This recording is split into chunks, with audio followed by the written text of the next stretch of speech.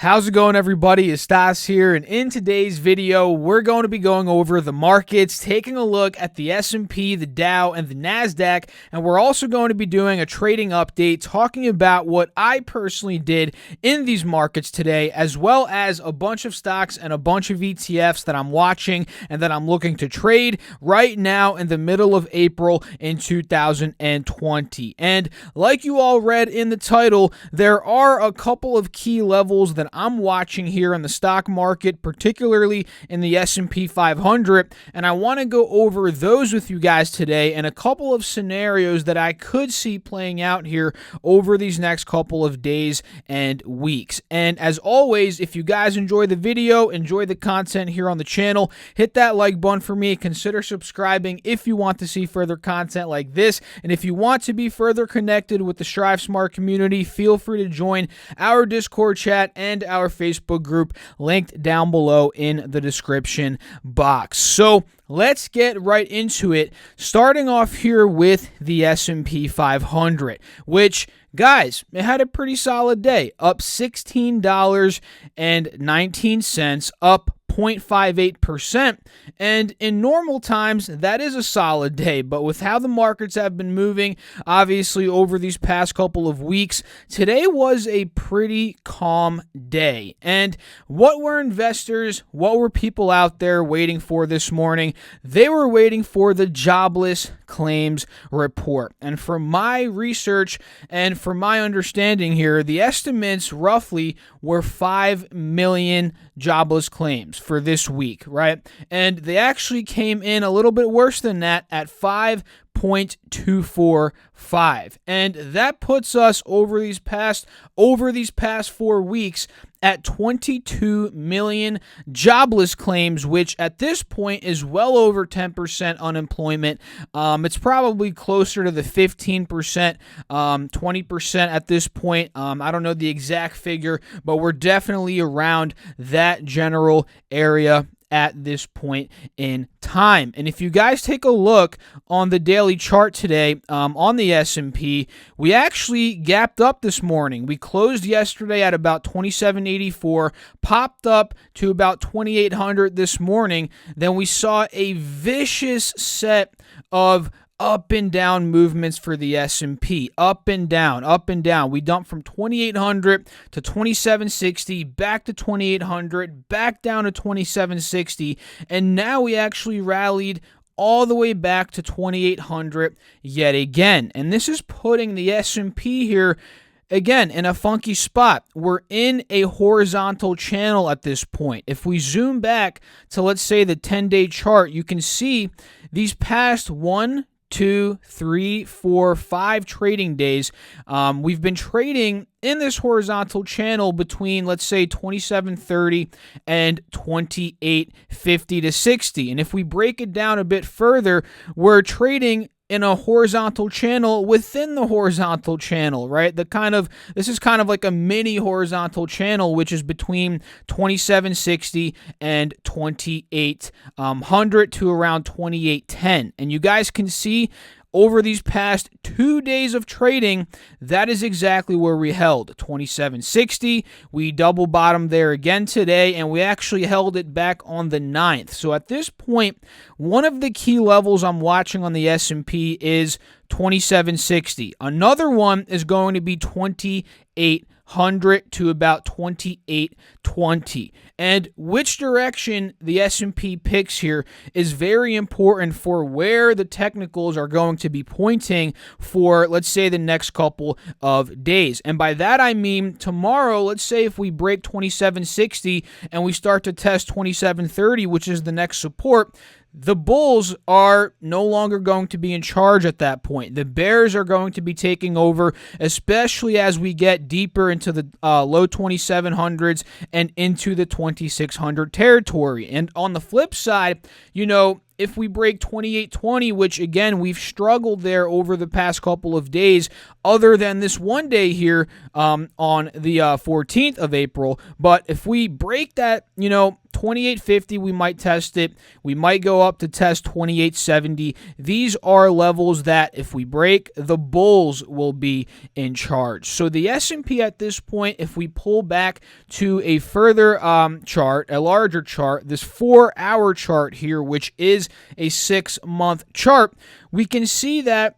overall, we are seeing a lot of trouble under 28.70. Again, that's a level from back in August to about October. That is a level we need to break for the bulls to take over completely. And like I've said before, the 180 SMA is another level the bulls need to take over for the bulls to be in control completely, in my opinion. And that would be the S&P, meaning the price the S&P would need to be at for that to happen is anywhere from $2,900 to about $3,000. So that is kind of a general area that I'm watching here over these next couple of days. And when we take a look at the Dow Jones, that was up about $33 today. Take a look at that, 33.33, 3333, up 0.14%. And like we mentioned yesterday, 24.2 is a very strong level of resistance.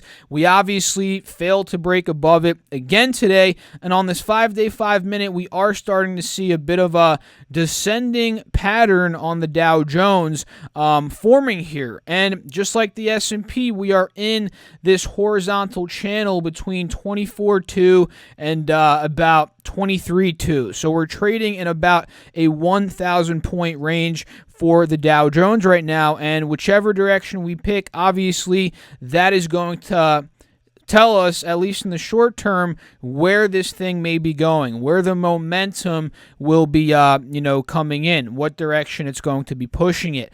And when we take a look at the Nasdaq, this actually had yet again a pretty solid day, and that's because these tech names, guys, they're rallying like everything is amazing, like the economy's booming, unemployment's at 2%, the debt is gone, everything is just booming. That is kind of what the market, in terms of these tech stocks and the Nasdaq, are kind of pricing in at this point. In my opinion, it's kind of insane, and it's kind of what is keeping the market afloat at this point. The names like Amazon, the names like Apple, the names like Netflix, right? Google, Microsoft, these all had a fantastic day today. Out of the major FANG stocks, Facebook's the only one here that was red today, down about 72 cents. So why is the Nasdaq moving? Well, it's because of these big tech names. And like I've mentioned before in these videos, for the market to see another leg down, for us to see a 2,000 point retest on the S&P 500, we're going to need to see these large cap stocks, these mega cap stocks like the ones I just mentioned, we're going to need to see them take a big haircut. I'm talking Amazon, at least a couple 100 point haircut from here. Google, a couple 100 point haircut. Amazon or Apple back under 220, 230. These are the types of moves we need to see to really move the stock market down. And until that happens, guys, if that even happens, this market is most likely going to stay where it is now, generally, right? Kind of pumped up. And once we start to see, if we start to see the collapse in these big names, that is where we'll see a lot of red in the indexes. And you'll notice many companies within the S&P 500, they've been crushed, right? If the S&P didn't have Amazon, Microsoft holding it up, it'd be a lot lower than where it is today. So that's kind of some food for thought. And that's really all I had to say on the overall markets. One of the biggest metrics today, again, was jobless claims. And it didn't really move the market too much. At this point, the market is expecting terrible jobless claims data, terrible unemployment numbers. That's kind of already baked into the stock market's price at this point. Of course, if we get some major surprise in jobless claims, that could shift the market down. But yeah, it's pretty much just baked in to the price at this point. And for me, what I personally did in the markets today, and again, let me know in the comments your thoughts on the markets in general. I would love to know. For me, I wasn't as active today in the markets. I didn't trade this morning. I actually only placed one call option trade this morning, and that was in GDX, guys. GDX, and you guys know I'm long, and I'm kind of bullish in general on gold right now and a lot of these mining ETFs and mining stocks. GDX is a gold miners ETF, right? It has a lot of companies within it. And I, again, am bullish in gold. And as gold's price goes up, a lot of these mining companies do very well because their profits are tied in to the price of gold. The higher the price of gold, the more money a lot of these miner companies make. That's kind of how it works. And for me, I bought I bought some calls here. August 21st, $35 calls. So about 4 months out, my strike price, $35, and I bought in at $2.40 per contract. And again, this is a kind of a bullish play here on GDX. I want some exposure, some leveraged exposure here by playing options, and currently those options are up about 8%. I believe right now they're at $2.59. And if you guys want to know where I trade options, I personally trade options using Webull, and you can use my affiliate link down below. Actually, if you want free stocks from Webull, you can actually get 2 free stocks valued up to $1,400 if you deposit $100 into the account. And I will be making a video here in these next couple of weeks showing you guys kind of how I buy options on Webull, what I look at, and just kind of a breakdown of the platform and how to use options, because they're still fairly new to Webull, but I personally love it and I prefer it wholeheartedly, me being honest here, over Robinhood due to all the features and the charting stuff, software that they use. It's absolutely awesome. So the first thing I did today, I bought some contracts here of GDX, long calls, and again, I'm up about 8% on those. And the next trade I made was an SPXL, and if you guys are in the Discord chat, we talked about this, linked down below, again, in the description box. The Discord chat, I posted a screenshot showing you guys what I was looking at here on SPXL. And did you guys remember what I showed you on the S&P earlier? We were trading in a horizontal channel from 2760 up to 2800 roughly. And we saw the retest at 2760, the previous support from 10 o'clock a.m. Eastern was 2760, and I was watching it here as I posted that screenshot in the Discord chat because I was looking for the bounce back. I was looking to see were the bulls taking over this area or were the bears taking over. And once I saw the pop here, I was looking at SPXL. And again, SPXL goes up at a 3x rate. Depending on what the S&P does. So let's say the S&P is up 1%, SPXL will be up roughly 3%. And you guys can see it is absolutely exploding here after hours. What happened here after hours, guys? I'm not too sure, but the markets, the futures are currently up right now. But anyway, at this point, we bottomed at $31 as the S&P was testing 2760. We were starting to rally up, and I placed an order at $31, I believe, and 20 cents. Let me double check my notes here. Yes, $31.20. And arguably, I got in a bit prematurely. We bottomed at $31.10, and I bought in kind of right here. And I didn't put in a lot because, again, I didn't get the full confirmation that we were pushing up. But nonetheless, it worked out. $31.20, and I ended up exiting the position at $31. Oh my goodness, what is going on here? SPXL is up to 33 after hours. We must have gotten some type of news here that I'm not aware of. But either way, we'll see what happens there. And I got out at 31.75. So the move was from 31.20 up to 31.75, roughly a 1.75% move. And let me see if I can see some live news here on the S&P 500. What is going on hours here? I'm not too sure. Let me know down below in the comments, though, because obviously, guys, I'm filming this as the market literally just closed about 30 minutes ago, so I'm missing out on kind of what's causing the spike in the S&P, and I'm guessing in the SPY as well. Yeah, SPY is just rallying like crazy. But either way, let me know down below in the comments, what are your thoughts, again, on the markets? What are you trading? Any moves that you made? Now, let's just break down some stocks, talk about which ones have been just crushing it here, guys.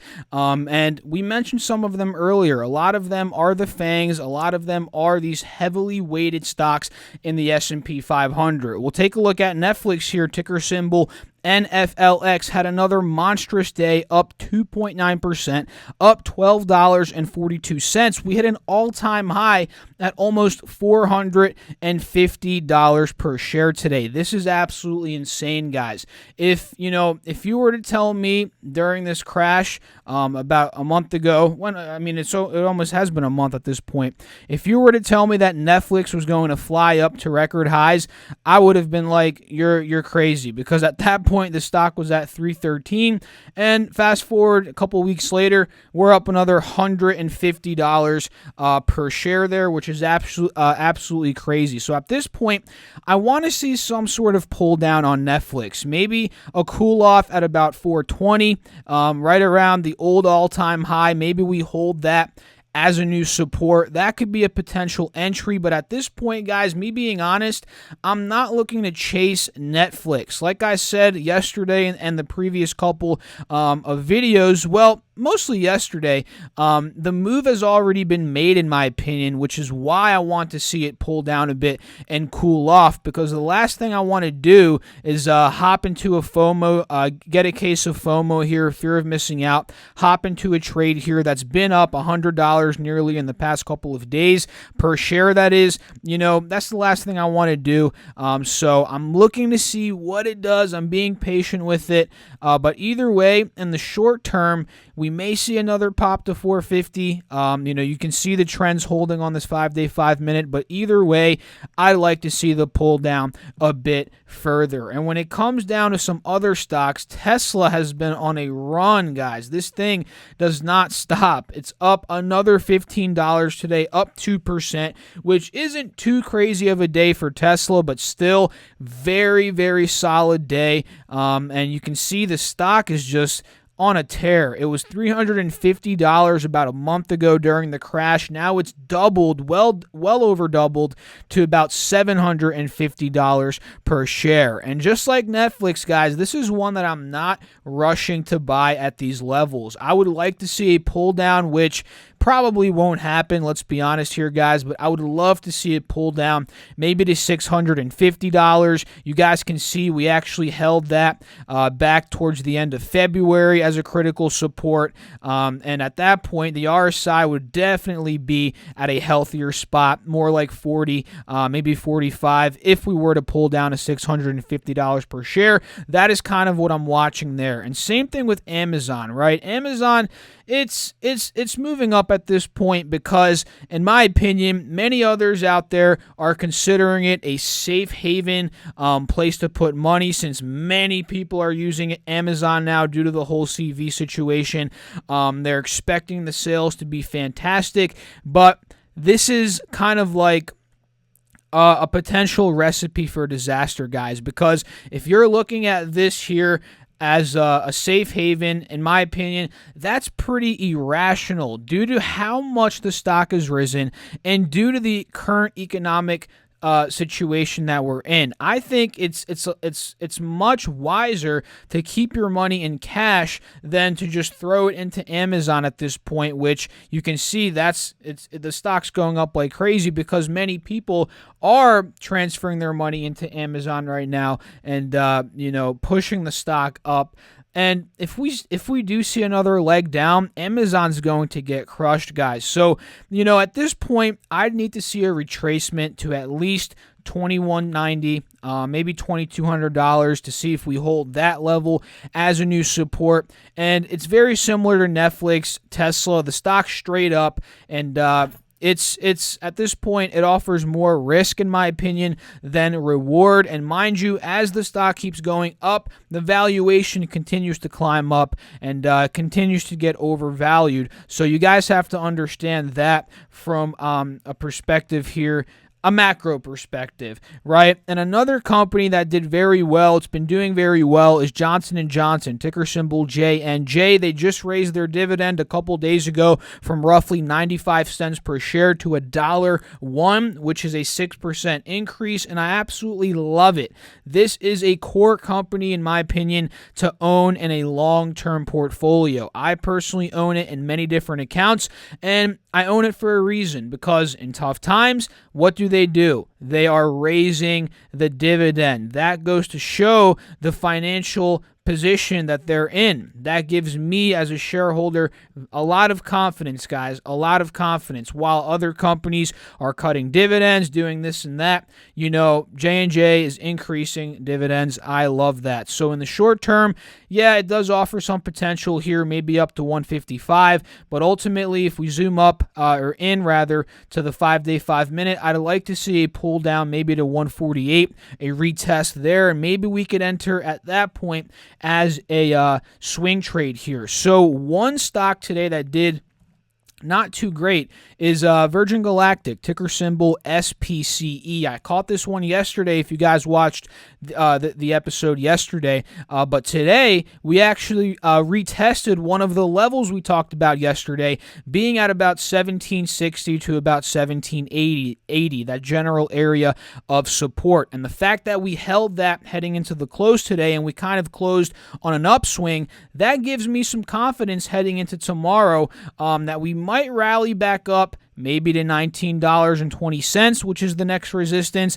And if we break that, $20.50 is not too far off. And remember, guys, Virgin Galactic is one of those companies that really can catch on fire very quickly, and it can move up 20-30% like that. So keep an eye on it. And overall, the trend, guys, is, it's holding on this hourly chart. The uptrend is holding. Again, you can see how critical of a resistance, old resistance, 1780 was. The fact that we held it is a very strong sign. So I'm definitely looking at SPCE tomorrow from anywhere 1850 to $21. I can see that move happening. Maybe not in one day, but I can see it happening over the course of a week or so. And hey, maybe it does happen in one day. We've seen it do We've seen it make a massive move like that in the past. So another stock that has been doing quite well is NEO, up 1.5% today. Not too crazy of a day, but if you take a look at how it's been doing over the past couple of weeks, it's gone from $2 up to about $3.40. And a lot of this could be because Tesla is doing well. It's kind of piggybacking off of Tesla's gains there, but in general, it could also be rallying because of the markets in general kind of coming back. Obviously, you can see this was NEO was very sensitive to the overall drop back in March. We saw the stock go from $4 nearly to $2, so it cut in half. But since then, as Tesla and the markets have been rising, it seems like NEO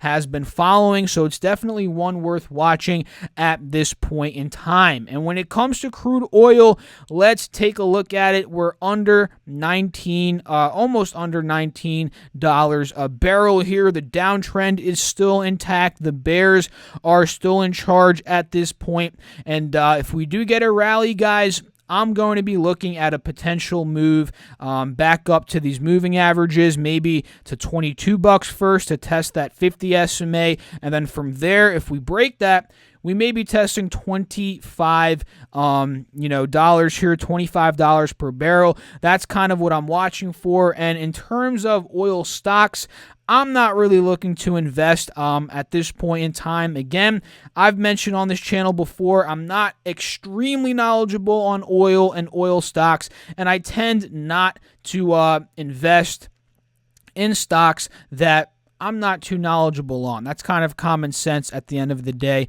I wouldn't advise anybody to buy anything that they aren't extremely knowledgeable on, right, when it comes to investments. But either way, crude oil, those are some thoughts there. When it comes to gold, guys, today it held the trend. It held the trend. We've cooled off a bit from the 1780 peak here on the futures, but either way, you can see we held a critical level of support, and we are holding it right now at about 1735. You guys can see we peaked at 1735 back on the 6th of April. We held it back on the 13th, the 12th of April, and we kind of consolidated there on the 15th heading into today.